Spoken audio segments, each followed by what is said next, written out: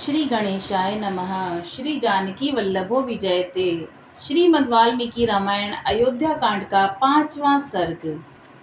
राजा दशरथ के अनुरोध से वशिष्ठ जी का सीता सहित श्री राम को उपवास व्रत की दीक्षा देकर आना और राजा को इस समाचार से अवगत कराना। राजा का अंतपुर में प्रवेश।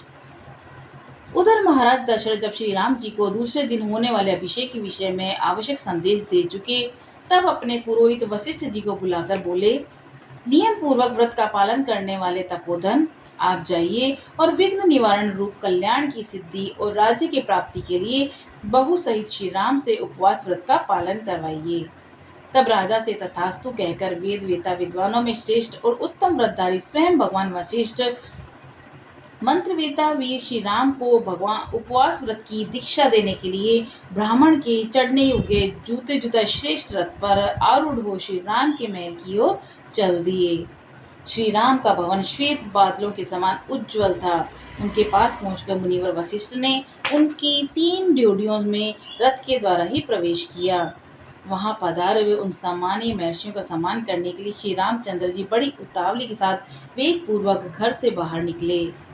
उन मनीषी महर्षि के रथ के समीप शीघ्रता पूर्वक जाकर श्री राम ने स्वयं उनका हाथ पकड़ के उन्हें रथ से नीचे उतारा। श्री राम प्रिय वचन सुनने के योग्य थे। उन्हें इतना विनीत देखकर पुरोहित जी ने कहा कि वत्स कहकर पुकारा और उन्हें प्रसन्न करके उनका हर्ष बढ़ाते हुए इस प्रकार कहा कि श्री राम, तुम्हारे पिता तुम पर बहुत प्रसन्न हैं, क्योंकि तुम्हें उनसे राज्य प्राप्त होगा। अतः आज की रात में तुम वधू सीता के साथ उपवास करो। रघुनंदन, जैसे नहुष ने ययाति का अभिषेक किया था, उसी प्रकार तुम्हारे पिता महाराज दशरथ कल प्रातःकाल बड़े प्रेम से तुम्हारा युवराज पद पर अभिषेक करेंगे। ऐसा कहकर उन व्रतधारी और पवित्र महर्षि ने मंत्रोच्चारण पूर्वक सीता सहित श्री राम को समय उपवास व्रत की दीक्षा दी।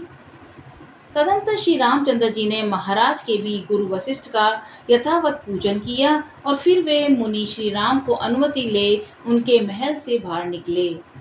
श्री राम भी वहां प्रिय वचन बोलने वाले सुहृदयों के साथ कुछ देर तक बैठे रहे। फिर उनसे सम्मानित हो उन सबकी अनुमति ले पुनः अपने महल के भीतर चले गए। उस समय श्री राम का भवन हर्षोत्फुल्ल नर नारी से भरा हुआ था और मत वाले पक्षियों के कलरवों से युक्त खिले हुए कमल वाले तालाब के समान शोभा पा रहा था। राजभवनों में श्रेष्ठ श्री राम के महल से बाहर आकर वशिष्ठ जी ने सारे मार्ग मनुष्यों को भीड़ से भरे हुए देखे।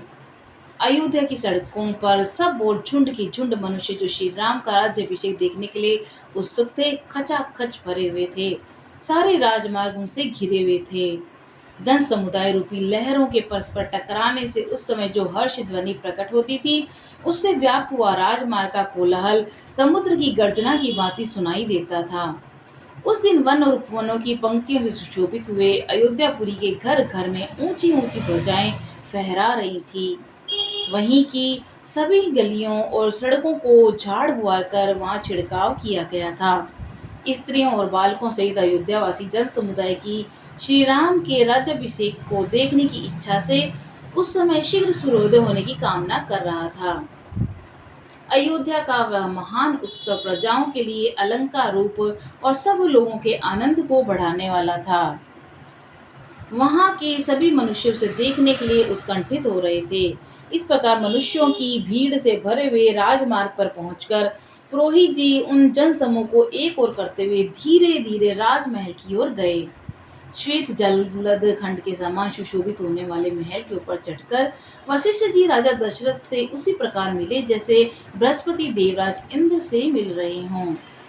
उन्हें आया देखकर राजा सिंहासन छोड़कर खड़े हो गए और पूछने लगे कि मुने, क्या आपने मेरा अभिप्राय सिद्ध किया? वशिष्ठ जी ने उत्तर दिया कि हाँ, कर दिया। उनके साथ ही उस समय वहां बैठे हुए अन्य सभासद भी पुरोहित का समादर करते हुए अपने अपने आसनों से उठकर खड़े हो गए।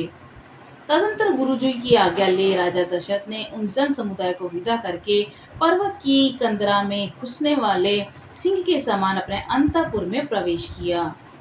सुंदर वेशभूषा धारण करने वाली सुंदरियों से भरे हुए इंद्र सदन के समान उस मनोहर राजभवन की अपनी शोभा से प्रकाशित करते हुए राजा दशरथ ने उसके भीतर उसी प्रकार प्रवेश किया जैसे चंद्रमा ताराओं से भरे हुए आकाश में पदार्पण करते हैं।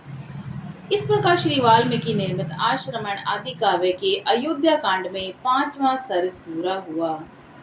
बोलो सियावर रामचंद्र जी की जय, पवन सुत हनुमान जी की जय।